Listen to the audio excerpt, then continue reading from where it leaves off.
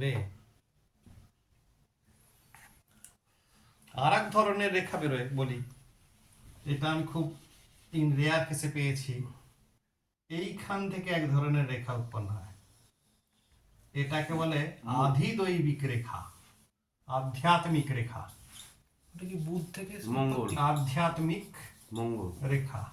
মঙ্গলকে মঙ্গলের এই পাড় জুড়ে হবে, মঙ্গলকে ঘিরে রেখেছে, বা চন্দ্রকে পাড় জুড়ে এইরকম হতে পারে, বা এই অনেক রকমের হয়। এটা এটা এইরকম হতে পারে, এটা একটা এক ধরনের, এইটা এই ধরনের হতে পারে, এটা এক ধরনের,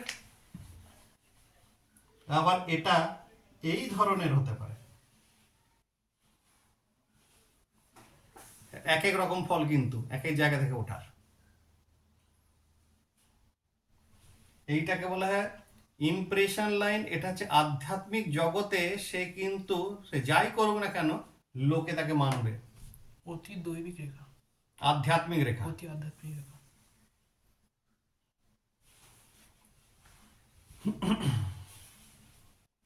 এটা কিন্তু মানবে তাকে।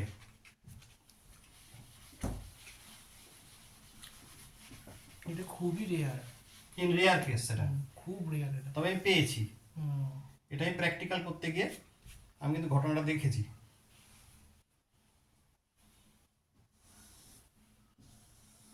গেল